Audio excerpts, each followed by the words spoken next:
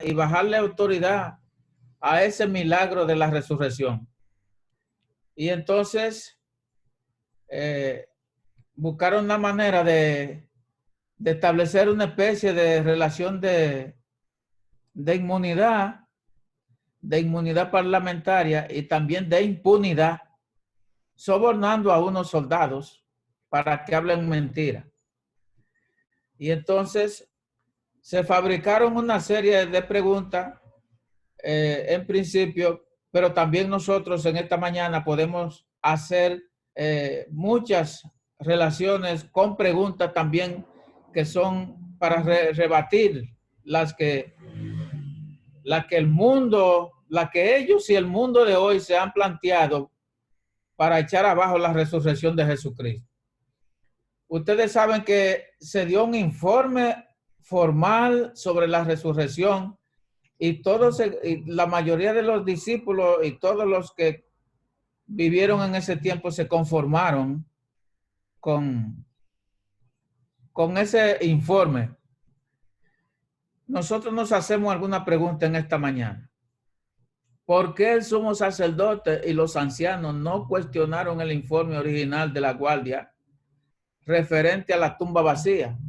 Porque la misma guardia dio un informe de que la tumba estaba vacía. Él no está aquí, dijo la guardia, él ha resucitado. Entonces, la aceptación como verdadera no tuvo mucho en duda de cómo había pasado el hecho. O sea, ese informe de esa guardia dio por sentado de que Jesús había resucitado y que ellos mismos lo dijeron. Entonces, la otra pregunta que nosotros nos hacemos, ¿por qué estaban durmiendo los soldados cuando debían estar vigilando? Debían haber estado vigilando el sepulcro y todo el área de ahí para que nadie se lleve el cuerpo, e inclusive lo pusieron para eso. Pero ahora se fabrican una conjetura diciendo que digan, claro, siendo pagados, le pagaron dinero para eso, para que ellos digan que mientras nosotros estábamos durmiendo y entonces vinieron sus discípulos y se robaron el cuerpo. Pero ¿cómo es posible que una guardia romana se ponga a dormir? En ese tiempo era muy difícil, era muy riesgoso que un guardia mientras está en servicio se ponga a dormir porque le vienen muchos problemas. El guardia que se duerme o el militar que se duerme tiene el riesgo de que le quiten el arma, pero no obstante eso, si saben que se puso a dormir, le ponen una pena máxima. En ese año o en ese tiempo, que era del gobierno romano, le ponían una pena máxima de muerte al soldado. Pero podemos hacernos la otra pregunta. ¿Cómo pudieron los soldados quedarse dormidos profundamente al mismo tiempo? Todos se durmieron y eran muchos. Entonces, ¿cómo es posible que un grupo que lo tienen atendiendo a una situación y entonces todos caigan en sueños? En el caso específico de Jesús, antes de ir a la cruz, los que fueron con él al monte a orar se durmieron, lo dejaron solo, pero apenas eran pocos, eran quizás 12, 10, 9, algunos de los discípulos. Y dice la Biblia que él tomó de los 12 algunos para que fuera con él a ese monte a orar. O sea que descartamos la idea también de que estuvieran todos ahí, sino una parte que él llevó. Y ese poco podría dormirse, porque ya no se trataba de una vigilancia, sino de un compañerismo. Pero aquí se durmieron todos. Se durmieron todos. La pregunta que podíamos hacernos, la otra pregunta, que tengo varias en esta mañana, es que ¿cómo podían rodar la piedra? ¿Cómo pudieron los discípulos rodar la piedra así mientras los guardias se están durmiendo? Y entonces ese rodaje de esa piedra que era tan grande, ¿cómo es posible que ni siquiera uno de los guardias se despertara? Porque era enorme la piedra. Las piedras que se usaban en ese tiempo para sepulcro no son como la de ahora, que cualquiera o dos personas, dos hombres la levantan, pero allí se trataba de un peñasco bien grande, era la costumbre. Y entonces esa piedra la ruedan. Primero los discípulos no se oyen rodando la piedra, y la piedra misma tampoco se oye cuando rueda. Entonces nos cabe ahí hacernos otra pregunta. ¿Cómo pudieron mover la piedra? Ya habíamos dicho que esa piedra pesaba demasiado y la piedra estaba en una altura bastante elevada, y para que esa piedra se quedara fija después de rodarla, esa piedra tenía que caer a un sitio debajo donde había un hoyo para sostener esa piedra. Esa piedra caía en otra dimensión, en otra posición, para poder quedarse fija. Y se supone que al llegar ahí, esa piedra iba a sonar, iba a ser algún golpe rústico que iba, de hecho, a despertar a algunos de los soldados. Estamos refutando, hermanos, la idea de que no hubo resurrección, y quitando también la confusión doctrinal que hay de que Jesús tuvo un desmayo, que le dio un síncope mientras estaba en la cruz, y que él no murió, que cuando lo llevaron a enterrar él no estaba muerto, sino que lo que tenía era un desmayo, un síncope, lo que se llama en medicina, y así lo llevaron al sepulcro, lo enterraron, pero que él nunca murió.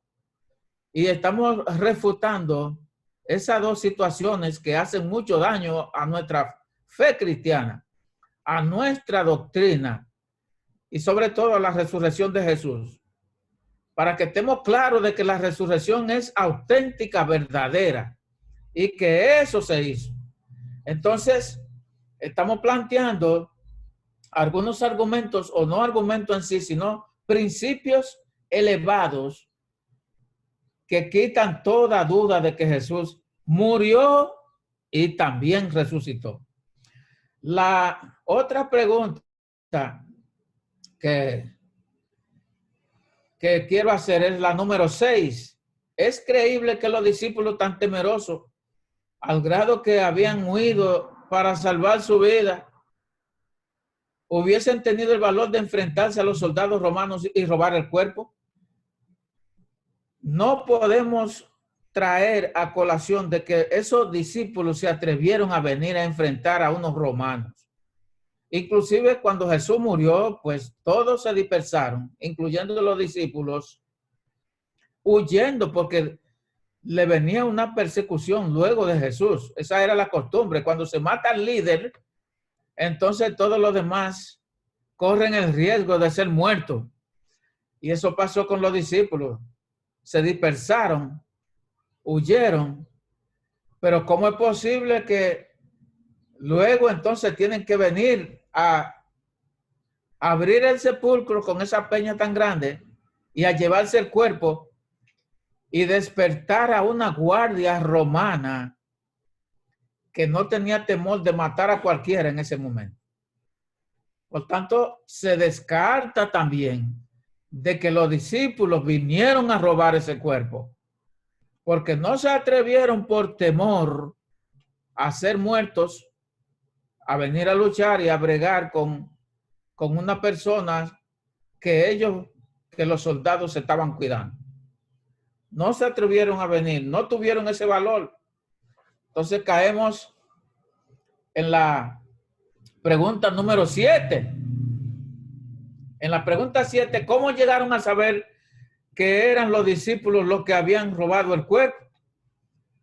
Entonces, ¿cómo es posible que ahora ellos se inventan, después de haber recibido el dinero, o recibiendo el dinero siendo pagado, siendo bajo impunidad, se ponen a hablar de que los discípulos se robaron el cuerpo. ¿Cómo pueden los discípulos robarse un cuerpo? Porque si ellos se roban un cuerpo, eso trae consecuencias fatales para la expansión del evangelio en lo adelante. Porque si ellos se hubieran robado un cuerpo, entonces el evangelio hoy estuviera siendo predicado en un Jesús con un cuerpo muerto.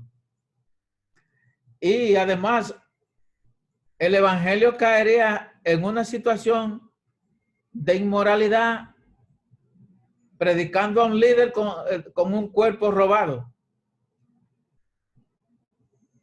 Ese grupo de ancianos, ese tribunal o esa junta que se reunió para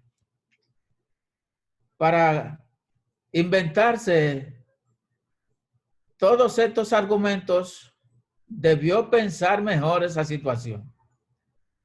Porque ellos creyeron, como hay muchos hoy en día, que hay tontos todavía y que hay mucha gente tonta y que cualquier cosa que uno se inventa se puede creer, pero no es así.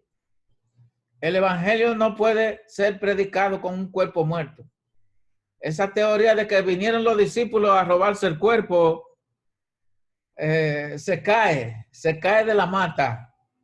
Y nosotros estamos seguros de que estamos hoy bajo triunfo milagroso de Dios, de resucitar a Jesús, del Espíritu Santo, ir y sacar el cuerpo de ahí, resucitarlo en la misma presencia de los soldados y estando ellos despiertos que pudieron ver la tumba vacía y que no fue violada por nadie, sino que ella misma se abrió con el poder de Dios. Pero podemos hacer la otra pregunta, que sería la número 8. ¿Por qué se detuvieron para remover los lienzos y doblar el sudario? En caso de que los discípulos fueran a robarse el cuerpo, se roban el cuerpo, pero no, podríamos decir, no dejaron la tumba desordenada, sino que ordenaron todo ahí y el lienzo lo doblaron como se coteja una cama cuando terminamos de dormir. Así que si la cosa queda ordenado, entonces significa que se hizo bien, porque el único que hace la cosa mal es Satanás. Y dice la Biblia que Satanás vino a matar, a hurtar, a robar, a destruir. Y los discípulos no podían robarse un cuerpo y dejar todos los demás descompuestos, destruidos, desordenados. El mismo Jesús dejó todo ordenado ahí, su cama, el lienzo, todo, la sábana con que lo arroparon. Por tanto, también se cae de la mata, se cae de todo pensamiento maligno de que ellos se robaron el cuerpo. La pregunta número 9, que sería la penúltima, sería, ¿por qué querían los discípulos robar el cuerpo? No hay razón para robar ese cuerpo. Ellos no tenían necesidad de ir a robarse ese cuerpo.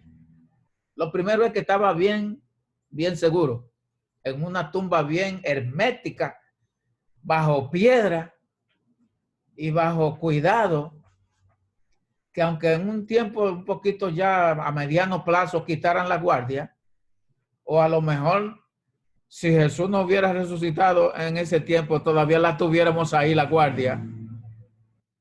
Entonces, no había razón para que los discípulos se la robaran. En la antigüedad no se acostumbraba a llevarse los cuerpos.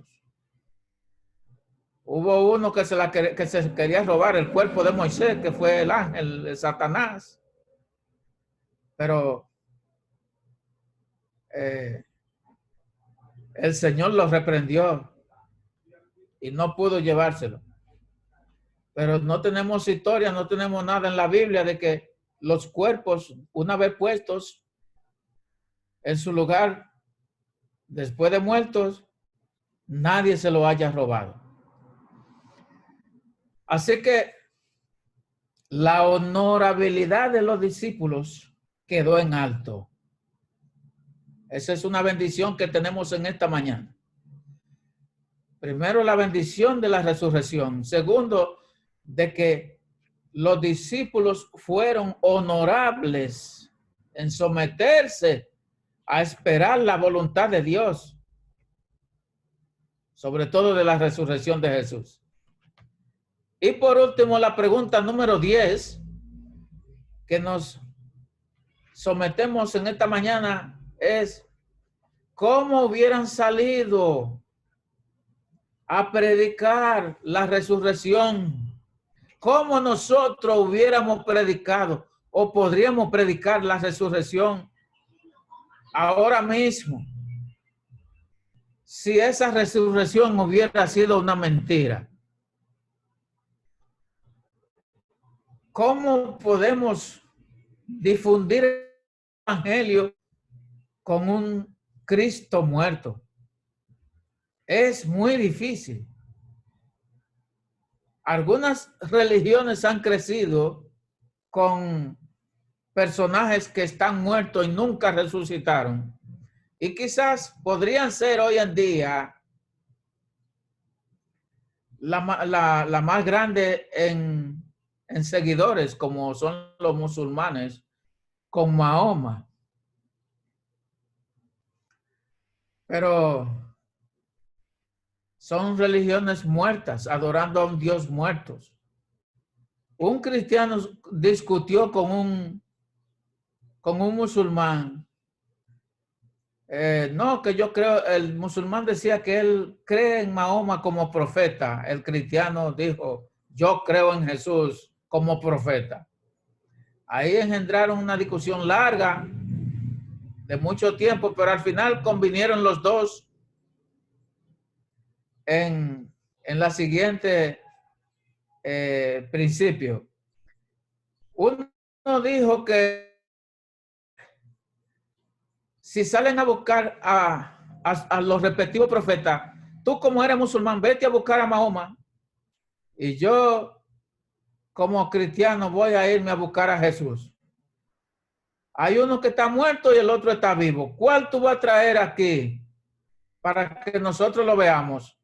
El mismo musulmán fue consciente y dijo, bueno, yo traería a Jesús porque Mahoma todavía está en la tumba. Sin embargo, Jesús resucitó y yo lo puedo traer por petición y él viene, como va siempre a todo aquel que le busca. Jesús no está muerto, él vive. Y asimismo nosotros tenemos la base espiritual, la base física también, para confiar en la resurrección, para creer que Cristo vive y que reina para siempre. El día de hoy es un día especial de que estamos adorando a un Dios vivo, a Jesucristo que vive y reina, que está sentado en la diestra de Dios en el cielo y que nos vigila cada uno de nosotros, nos cuida, nos protege, nos perdona, nos sana. Su sangre nos perdona, la sangre derramada en la cruz. Y en eso se basa nuestra creencia, nuestra fe, en la resurrección. Sin resurrección es imposible agradar a Dios. Sin resurrección la religión está muerta. Sin resurrección no hay vida. Sin la resurrección de Jesús no hacemos nada en nuestra vida. Estamos perdiendo el tiempo. Por tanto, mi consejo en esta mañana es que confiemos en Jesucristo, que aunque lo quisieron dejar en la tumba, Él mismo quitó la piedra salió de ahí, fue triunfante y hoy en día es el Rey de Reyes y el Señor de Señores. Y por quien estamos reunidos en esta mañana, que no es una reunión en vano. Esta es una reunión de triunfo, una reunión de que adoramos a un Dios vivo y que hay una iglesia que cree en esa resurrección. Y esta iglesia en esta mañana prometemos seguir a Jesús. Ya hemos visto, ya hemos creído. Y bienaventurados los que creemos en la resurrección sin haberla visto en aquel tiempo cuando se ejecutó. Pero creemos que fue efectiva. Y la iglesia en esta mañana se declara triunfante, en victoria. Y bajo esa victoria, todo aquello que venga negativo contra la iglesia, en esta mañana nosotros los reprendemos en el nombre de Jesús. Todo lo malo que está experimentando la iglesia, el mundo entero, será restaurado por Jesucristo. Él dijo, habrá cielo nuevo y tierra nueva. Y está sucediendo todo eso desde ya. Y creemos en esa promesa. Por su resurrección, la iglesia se declara en esta mañana triunfante. Oramos al Señor de que mantengamos la prudencia, nos sigamos amando unos a otros, orando los unos por los otros y respetando los principios de autoridad y de prudencia, quedándonos todos en nuestra casa. Dios le bendiga. Bendiciones a todos otra vez. La sesión le queda menos de un minuto. Yo reenvío el link para que continuemos. Se lo envía a usted también, pastor. Revise su WhatsApp y revisen los grupos de la iglesia. Vamos a ir entrando a la otra sesión de una vez para continuar.